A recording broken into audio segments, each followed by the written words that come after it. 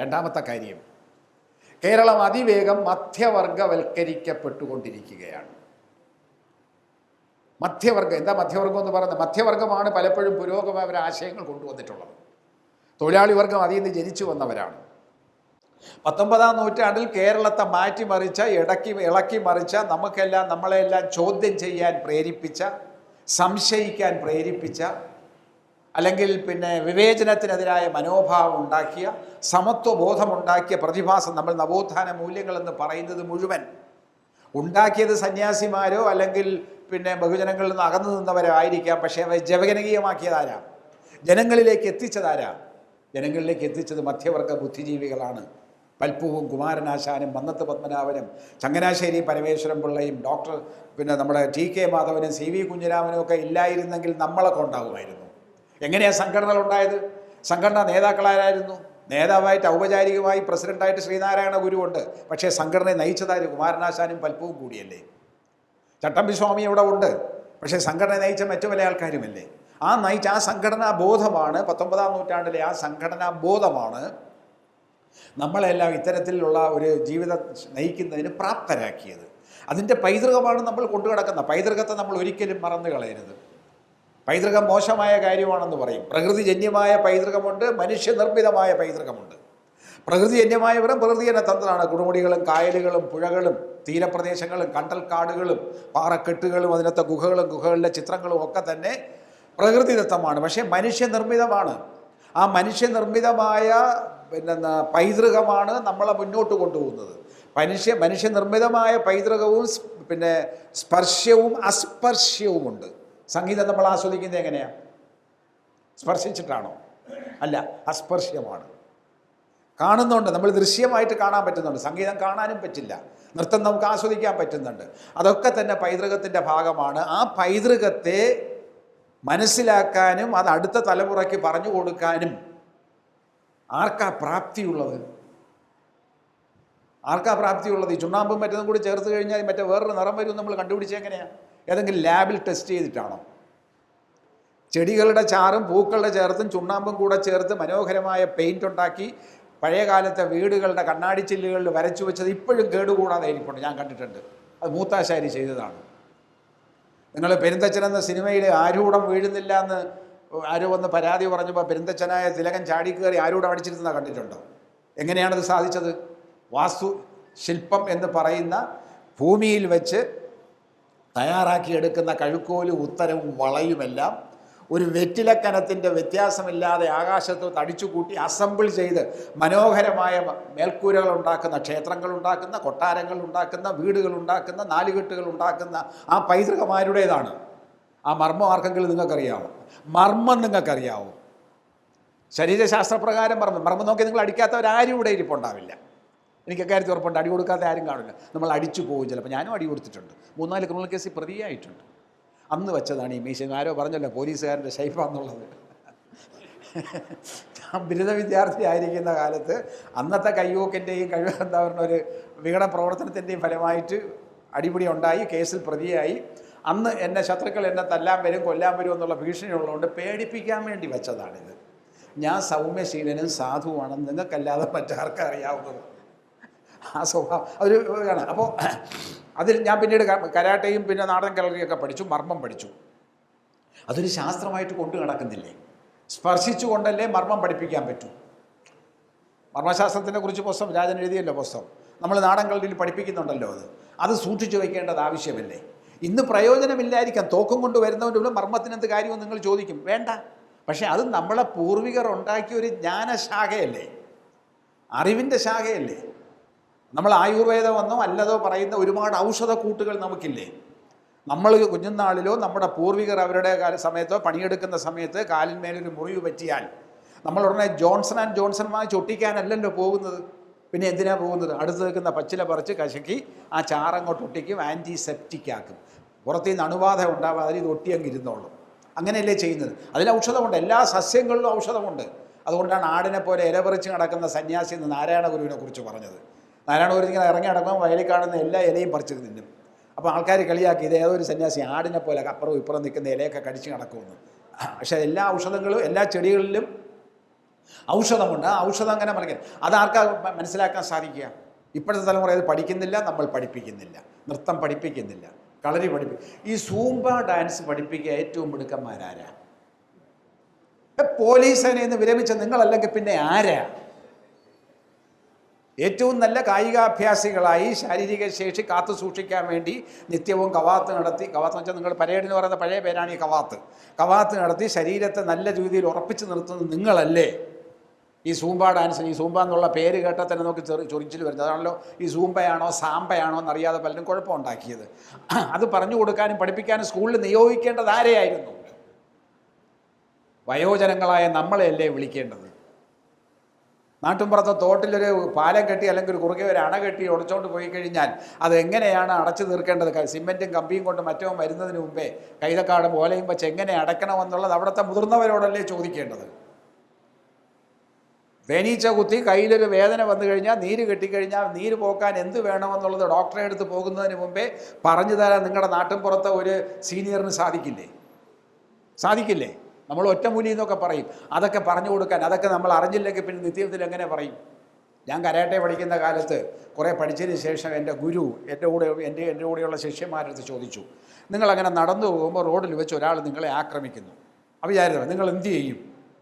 നമ്മളൊന്നും മിണ്ടിയില്ല. കുറച്ച് കഴിഞ്ഞപ്പോൾ കൂടെ നിന്ന സീനിയറായ ഒരാൾ പറഞ്ഞു, നിങ്ങൾ നേരെ ഫോർട്ട് പോസ്റ്റ് ഓഫീസിൽ പോയി ആദ്യം വാമിങ് അപ്പ് നടത്തും. അന്ന് ഫോർട്ട് പോസ്റ്റ് ഓഫീസിലാണ് വൈകുന്നേരം ഞങ്ങൾ അതിനകത്ത് ഇപ്പോഴത്തെ ആ വടക്കേ കൊട്ടാരത്ത് പഠിച്ചിരുന്നത്. അപ്പോൾ അവിടെ പോയി വാമിങ് അപ്പ് നടത്തിയിട്ടാണ് വരേണ്ടത്. അല്ല, അപ്പോഴും തീരുമാനിക്കണം, അപ്പോഴും പ്രതികരിക്കണം. അപ്പോഴും പ്രതികരിക്കാനും തീരുമാനമെടുക്കാനും കുഞ്ഞുങ്ങളെ പ്രാപ്തരാക്കാനുള്ള ഉത്തരവാദിത്വം ആർക്കാണ്? അത് സമൂഹത്തിനാണ്. സമൂഹം എന്ന് പറഞ്ഞാൽ നയിക്കുന്ന നമ്മളാണ്, സീനിയേഴ്സാണ്.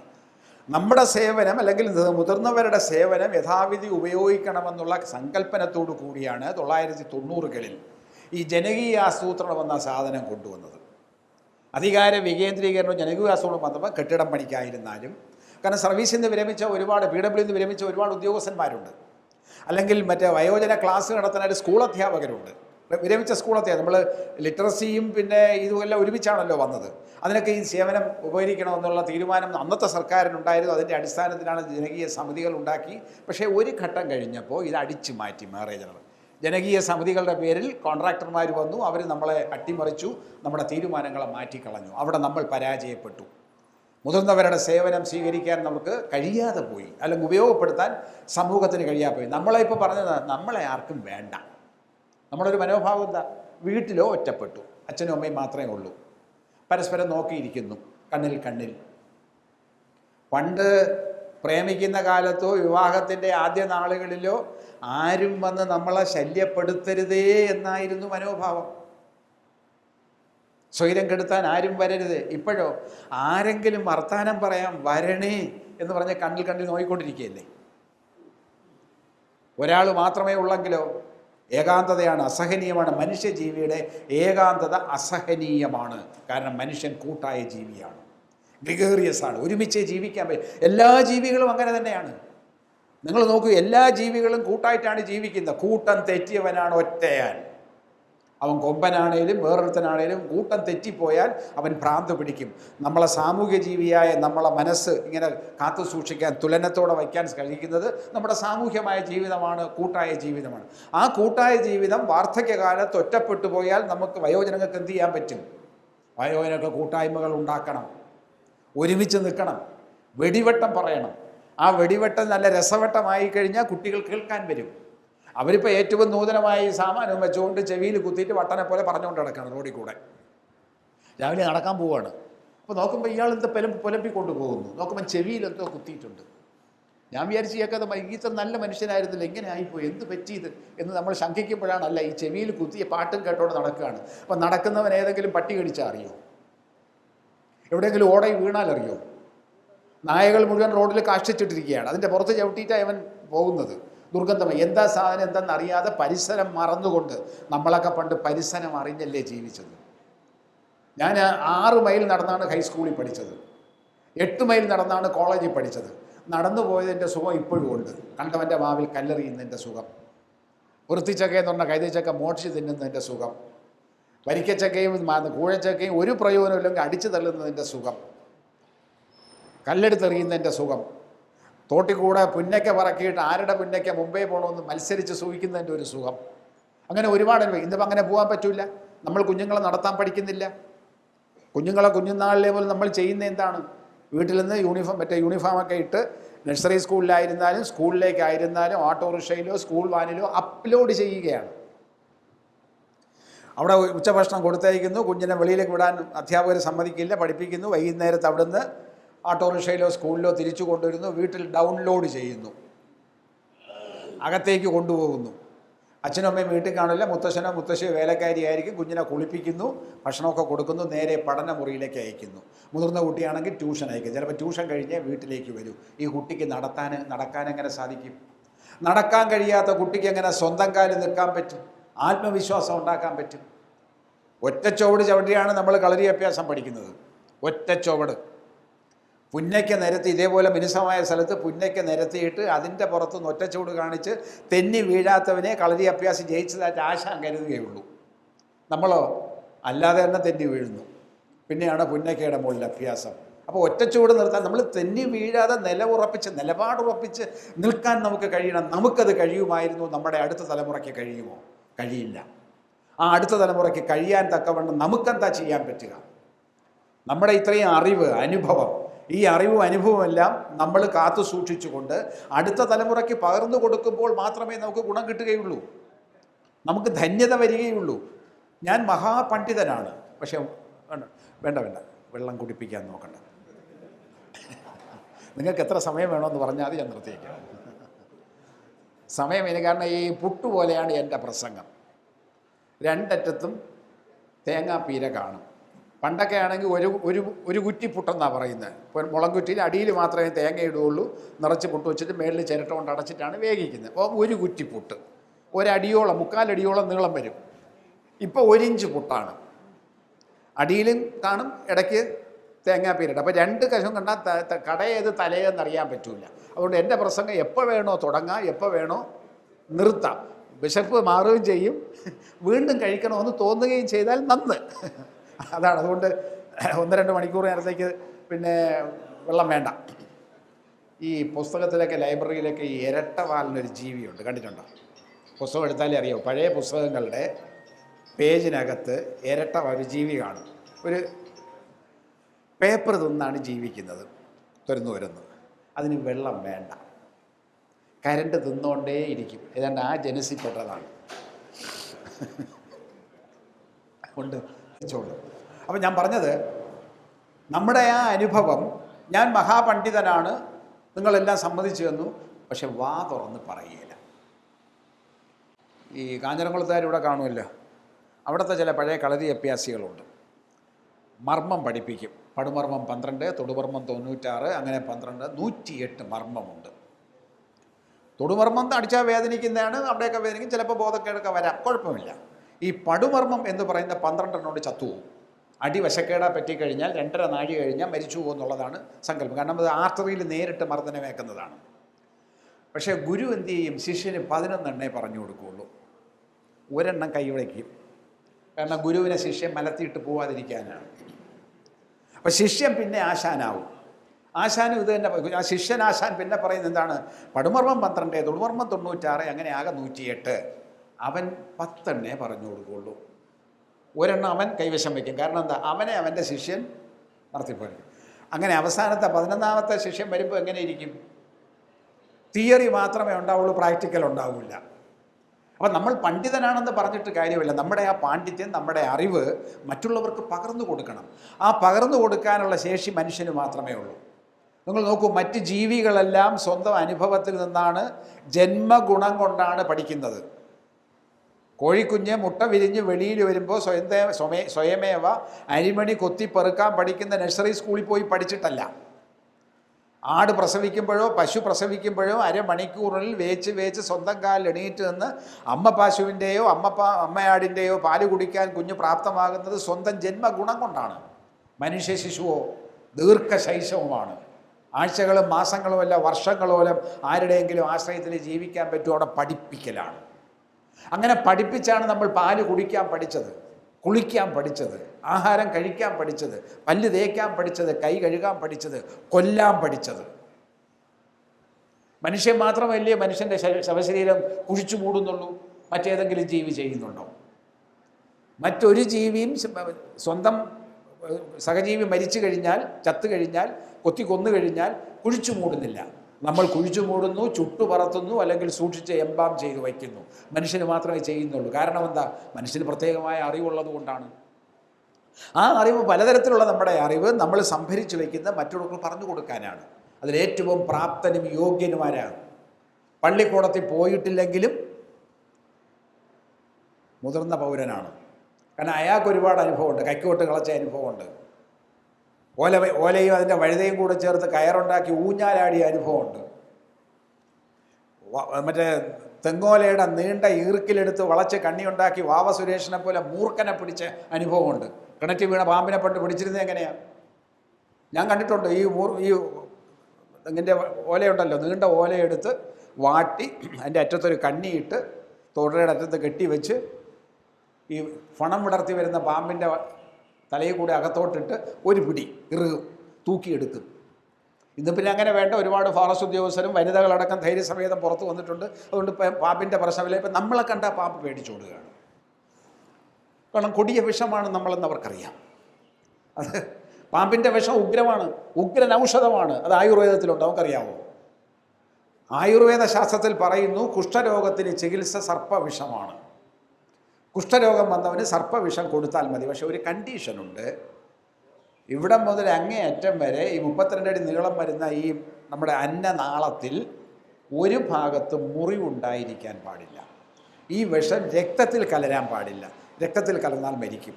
രക്തത്തിൽ കലർപ്പില്ല, അല്ലെങ്കിൽ അങ്ങേയറ്റം വരെ കുടലിലോ അല്ലെങ്കിൽ മറ്റേതെങ്കിലും ഭാഗത്തോ മുറിവില്ല എന്ന് ഉറപ്പില്ലാത്തവന് ഇപ്പോഴും കൊടുക്കാം സർപ്പവിഷം. ഒന്നാം തരം പ്രോട്ടീനാണെന്നാണ് പറയുന്നത്. ഒരു കുഴപ്പവുമില്ല. ഈ സർപ്പവിഷം എടുത്താണ് നമ്മൾ പല ഔഷധങ്ങളും ഇപ്പോഴും ഉണ്ടാക്കുന്നത്. ഇഞ്ചക്ഷനുള്ള ഔഷധങ്ങൾ ഉണ്ടാക്കുന്നത് സർപ്പവിഷം എടുത്തിട്ടാണ്. ഈ സർപ്പവിഷം പണ്ട് കണ്ടുപിടിച്ച് തരാം ഏതെങ്കിലും ഡോക്ടർ ആയുർവേദം മറ്റേ ഫാർമസിയിലോ വൈറോളജി ഇൻസ്റ്റിറ്റ്യൂട്ടിലോ പരിശീലനം നടത്തിയിട്ടല്ലല്ലോ, അനുഭവത്തിലൂടെയാണ്. ആ അനുഭവമാണ് നമ്മളെ മുന്നോട്ട് നയിക്കുന്നത്. ആ അനുഭവമാണ് നമ്മളാക്കാൻ പഠിക്കുന്നത്.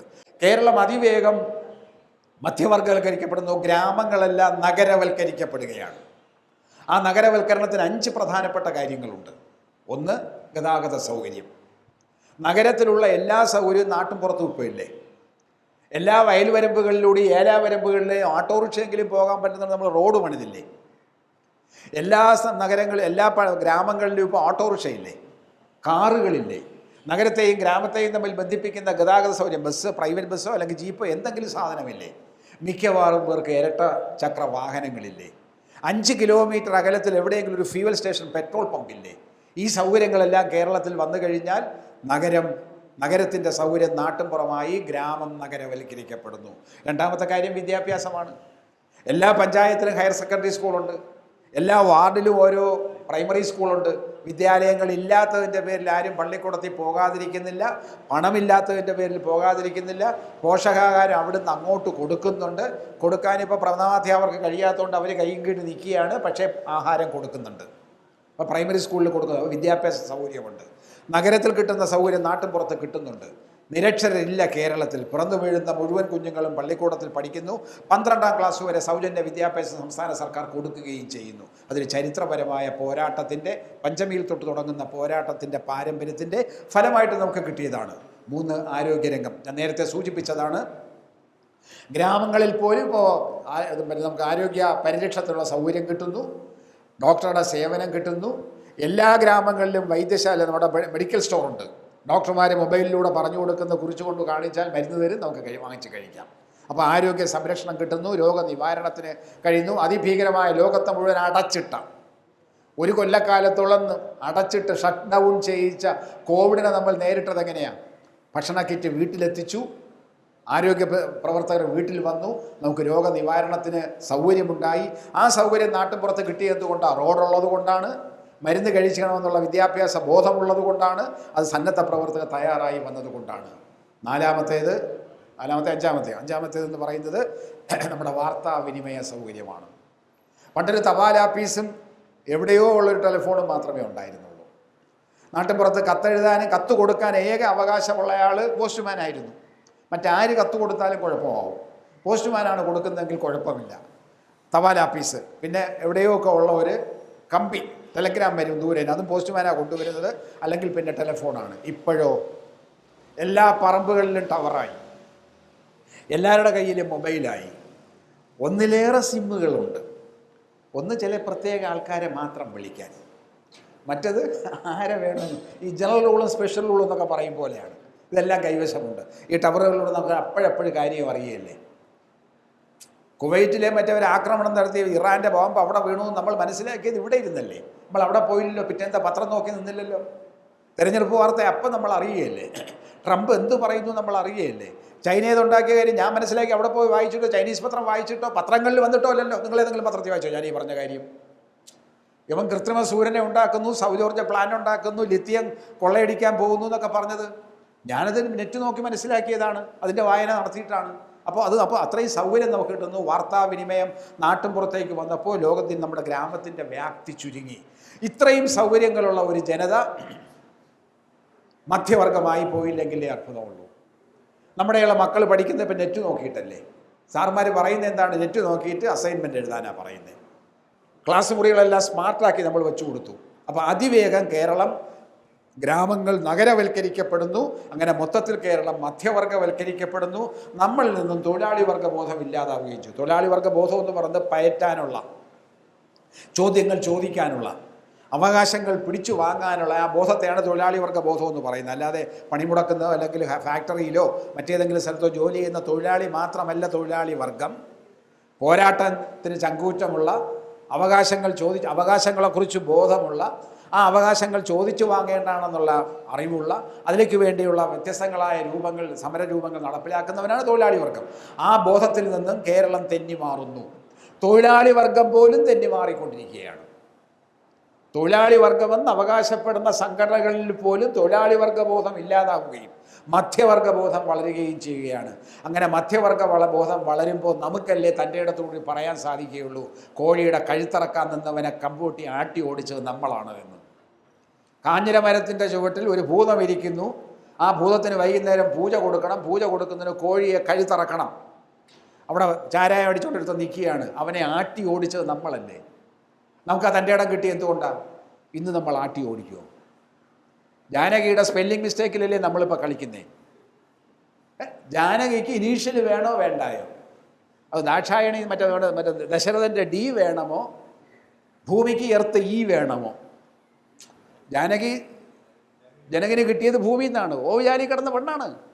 വയലെടുത്തുകൊണ്ട് പോയപ്പോൾ അവിടെ ഒരു പെങ്കൊച്ചിൻ്റെ കരച്ചിൽ കേട്ട് ഇയാൾ എടുത്ത് വളർത്തിയത്. അങ്ങനെയാണ് ജാനകി ഉണ്ടാകുന്നത്. ജനകൻ വളർത്തിയോണ്ട് ജാനകിയാണ്.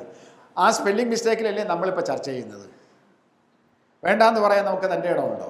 ഇപ്പോൾ അടൂര് ഒരു ക്ഷേത്രത്തിൽ കാവടി ഉണ്ടായി. നമ്മളിവിടെയും നമ്മൾ കാണുന്നതാണ്. എൻ്റെ വീട്ടിനടുത്ത് ആ സുബ്രഹ്മണ്യം കോവിലിൽ കവളിക്കൂടെ ശൂലം കയറ്റി എസ്കോർട്ട്, പോലീസിൻ്റെ എസ്കോർട്ടും പിന്നെ പൈലറ്റുമായിട്ട് ഇങ്ങനെ പോകും മുരുകൻ കോവിലിൽ നിന്ന് മുരുകൻ കോവിലിലേക്ക്. ഈ ശൂലം കുത്തിക്കയറ്റാൻ തനിയെ സാധിക്കുമോ? വേറൊരാൾ കുത്തിക്കയറ്റണ്ടേ? കുത്തിക്കയറ്റുന്നത് നിങ്ങൾ ഇപ്പോൾ IPC ഒക്കെ പോയി IPC നിയമപ്രകാരം എന്താ പറയുന്നത്? ഒരാൾ മറ്റൊരാളിൻ്റെ ശരീരത്തിൽ മുറിവേൽപ്പിച്ച് കഴിഞ്ഞാൽ 324 28 ഗ്രീവസ് ഹർട്ടാണോ സിമ്പിൾ ഹർട്ടാണോ? സിമ്പിൾ ഹർട്ടാണ്. ആ സിമ്പിൾ ഹർട്ടിന് ഒരിടത്തും ഒരു പ്രതി വേണ്ടേ? അപ്പോൾ ഇവൻ്റെ കവളിക്കൂട് ശൂലം കുത്തിക്കയറ്റിയവനെ ശിക്ഷിക്കുമോ നമുക്ക്? വിശ്വാസത്തിൻ്റെയും ആചാരത്തിൻ്റെയും പേരിൽ പറ്റില്ല. ഇറച്ചിക്കടയിൽ ഇറച്ചി തൂക്കി കിട്ടിക്കുന്ന കട്ടിയുള്ള മുസുകത്തെ കട്ടി മാംസത്തിൽ ഇറക്ക് തൂക്കിയല്ലേ ആകാശത്തേക്ക് പറവക്കാവടി ഞാനിവിടെ കണ്ടിട്ടുണ്ട്. നമ്മുടെ കരമന മറ്റേ മണക്കാട് ഭാഗത്തൊക്കെ കണ്ടിട്ടുണ്ട്, കൊണ്ടു നടക്കുന്നു. അങ്ങനെ ഒരുത്തൻ്റെ കയ്യിൽ അടൂര് ഒരു കുഞ്ഞിനെ വെച്ചു കൊടുത്തു. അഭ്യസ്ത വിദ്യരായ സർക്കാർ ഉദ്യോഗസ്ഥന്മാരായ കുഞ്ഞിനെ, അച്ഛനമ്മമാർ കുഞ്ഞിന് ദീർഘായുസ് കിട്ടാൻ വേണ്ടി കുഞ്ഞിനെ കയ്യിലേക്ക് വെച്ചു കൊടുത്തു. യവൻ കൊണ്ട് പൊന്തിയപ്പോൾ കുഞ്ഞ് വഴുതി താഴെ വീണു. ഇത് കണ്ടു നിന്ന ഒരു ഫുട്ബോൾ കളിക്കാരനായ ഗോളി അവനെ പിടിച്ചു. അവന് പന്ത് പിടിച്ച് പരിചയമുണ്ടല്ലോ, പിടിച്ചു കുഞ്ഞിനെ ഏൽപ്പിച്ചു. ആശ്വാസമായി. ദീർഘായുസ് കിട്ടാൻ വേണ്ടിയിട്ടാണ് ഇത് ഏർപ്പാട് ചെയ്തത്. പിടിപോയെങ്കിൽ അപ്പം തീർന്നേനെ. ഇത് കണ്ട് നമ്മുടെ ബാലാവകാശ കമ്മീഷൻ ചോദിച്ചത് എന്തുകൊണ്ട് കുഞ്ഞിന് സുരക്ഷാ ബെൽറ്റ് ഇട്ടില്ല എന്നാണ്.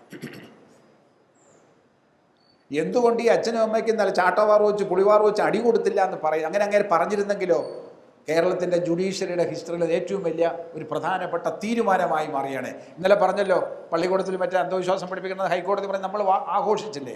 അതേപോലെ ഈ ബാലാവകാശം കമ്മീഷൻ പറയേണ്ടത് ബാലികാബാലന്മാരെ അച്ഛനമ്മമാർ വല്ലവൻ്റെയും കയ്യിൽ കൊലയ്ക്ക് കൊടുക്കരുത്, അത് നിയമവിരുദ്ധമാണ്, ബാലാവകാശ നിഷേധമാണ് എന്ന് പറയേണ്ടതിന് പകരം തിരിച്ചു പറഞ്ഞു. അപ്പോൾ നമ്മുടെ ബോധം എവിടെ നിൽക്കുന്നു?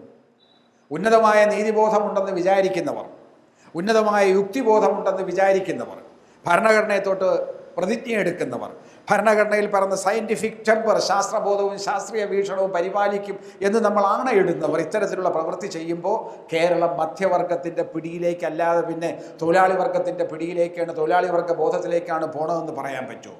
ഇനിയും നമ്മുടെ കുഞ്ഞുങ്ങളെ ഇങ്ങനെയുള്ള പറവക്കാവടിക്കാരൻ്റെ കയ്യിലേക്ക് കൊടുക്കുന്നതിന് വേണ്ടിയിട്ടാണോ നമ്മൾ നമ്മുടെ മക്കളെയും കൊച്ചുമക്കളെയും വളർത്തേണ്ടത്? നമ്മൾ ആലോചിക്കേണ്ട കാര്യമാണ്. കോഴിയുടെ കഴുത്തറത്ത് ചാരായം കുടിക്കാൻ നിന്നവനെ ആട്ടി ഓടിച്ച പാരമ്പര്യം, രണ്ട് കരിയും വേണ്ട എന്ന് പറഞ്ഞ ഗുരുവിൻ്റെ നമ്മുടെ വചനം, ആന എഴുന്നള്ളിപ്പം വേണ്ട, വെടിമരുന്ന് പ്രയോഗവും വേണ്ട, കാരണം രണ്ട് മുതലാളിമാർക്കുള്ളതാണ്. ആനയുടെ കൂലി കിട്ടുന്ന ആന മുതലാളിക്കാണ്, പാപ്പാനെ ചാവുള്ളൂ, മുതലാളി ചത്തിട്ടില്ല ഇന്നേ വരെ. കരിമരുന്ന് പ്രയോഗത്തിൽ അപകടം പറ്റിയിട്ട് മരിക്കുന്നത് കരിമരുന്ന് തൊഴിലാളിയാണ്, അല്ലാതെ കരിമരുന്ന് ഉടമയല്ല. അപ്പോൾ അത് വേണ്ട എന്ന് ഗുരു പറഞ്ഞു, ഇല്ലാതാക്കാൻ നമുക്ക് സാധിച്ചോ? ഗുരുവിനെ നമ്മൾ ദേവനായി പൂജിക്കുന്നു, പക്ഷേ ആ ഗുരുവിൻ്റെ സിദ്ധാന്തങ്ങളെ നമ്മൾ നഗ്നമായി ലംഘിക്കുകയും ചെയ്യുന്നു. ചെത്തരുത്, കുടിക്കരുത്, വാറ്റരുത് എന്നൊക്കെ അങ്ങേര് പറഞ്ഞു. അത് വാറ്റി കുടിച്ചല്ലേ നമ്മൾ കാശുണ്ടാക്കിയത്. ധനവാന്മാരാരാണ്?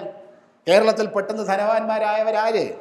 റിയൽ എസ്റ്റേറ്റ് ബിസിനസ് നടത്തിയവരല്ല, പിന്നെ കള്ള് കച്ചവടവും കഞ്ചാവ് കച്ചവടവും നടത്തിയവന്മാരാ. കള്ളും കഞ്ചാവവും കണ്ട് സ്റ്റേറ്റിൻ്റെ കുത്തകയായിരുന്നു, അത് മാറ്റിയെടുത്താണ് വ്യക്തിക്ക് കൊടുത്തത്. അങ്ങനെ വ്യക്തിക്ക് കൊടുത്തതിൻ്റെ പണം കൊണ്ടാണ് തിരുവിതാംകൂറിൽ ആദ്യമായിട്ട് 1864 15,000 രൂപ സ്വകാര്യ സ്കൂളുകളിൽ അധ്യാപകർക്ക് ശമ്പളം കൊടുക്കാനായിട്ട് വെച്ചത്. കഞ്ചാവ് ഇപ്പോൾ മോശമുള്ള കാര്യമൊന്നുമല്ല, നമ്മളിപ്പോൾ ലഹരിക്കെതിരെയാണല്ലോ പ്രവർത്തിക്കുന്നത്.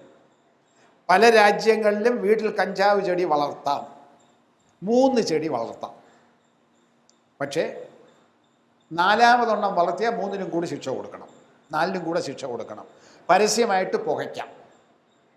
യു പിയുടെ കിഴക്കൻ ഭാഗങ്ങളിലും അല്ലെങ്കിൽ വടക്കൻ ഭാഗങ്ങളിൽ ഇപ്പോഴും അടിച്ച് കീലായിരിക്കുന്ന സന്യാസിമാരുണ്ട്. അങ്ങനെ അടിച്ച് കീലായി സന്യാസിമാരാണ് തുണി കൊടുക്കാൻ നടക്കുന്നവന്മാർ. നഗ്ന സന്യാസിക്കും ജീവിക്കാൻ ഇന്ത്യയിൽ അവകാശമുണ്ട്, അർദ്ധനഗ്നന്മാർക്കുണ്ട്. ഉണങ്ങിയ വിറകുകൊമ്പ് പോലെ പഴയ പുകയില ഉണക്കി വെച്ചെങ്കിൽ ചിപ്പം പുകയില പോലെ ഇങ്ങനെ ജട കൊണ്ട് നടക്കുന്നവരുണ്ട്. അതിനൊക്കെ അവകാശം ഭരണഘടന കൊടുക്കുന്നുണ്ട്, കഞ്ചാവ് വലിക്കാനും കൊടുക്കുന്നുണ്ട്. പക്ഷേ കഞ്ചാവിനേക്കാൾ വളരെ വീര്യം കൂടിയതാണ് ഇപ്പോഴത്തെ MDMA. ആ MDMA എന്ന് പറഞ്ഞ യുവാക്കളെ വഴിതെറ്റിക്കാൻ വേണ്ടി ഉണ്ടാക്കിയതാണ് അമേരിക്കൻ ചാരസംഘടനയായ CIA. ജർമ്മനിയിലെ ഒരു കമ്പനിക്ക് കൊടുത്തൊരു കൊട്ടേഷനാണ്.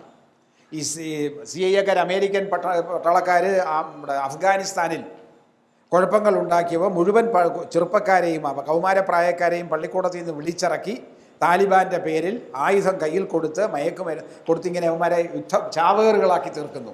അങ്ങനെ ചാവേറുകളാകാൻ പോകുന്നവനെ അതിൽ നിന്ന് പിന്തിരിപ്പിക്കാൻ വേണ്ടി കൊടുത്ത ലഹരിയാണ് MDMA. CIA കൊടുത്ത് താലിബാൻ്റെ കൊടുത്തു, അവന്മാർ കഴിച്ചു, പണവും പോയി, ലഹരിയും പോയി, താലിബാൻ്റെ ശേഷി തീർന്നു. താലിബാൻ്റെ നേതാവായിരുന്ന ഒസാമ ബിൻ ലാദനെ കൊല്ലാൻ പറ്റി. അഫ്ഗാനിസ്ഥാൻ ഇപ്പോൾ അപകടത്തിലുമായി. അപ്പോൾ ആരാണ് ഇതിൻ്റെ പിന്നിൽ? അത് ബഹുരാഷ്ട്ര കുത്തകകളാണ്.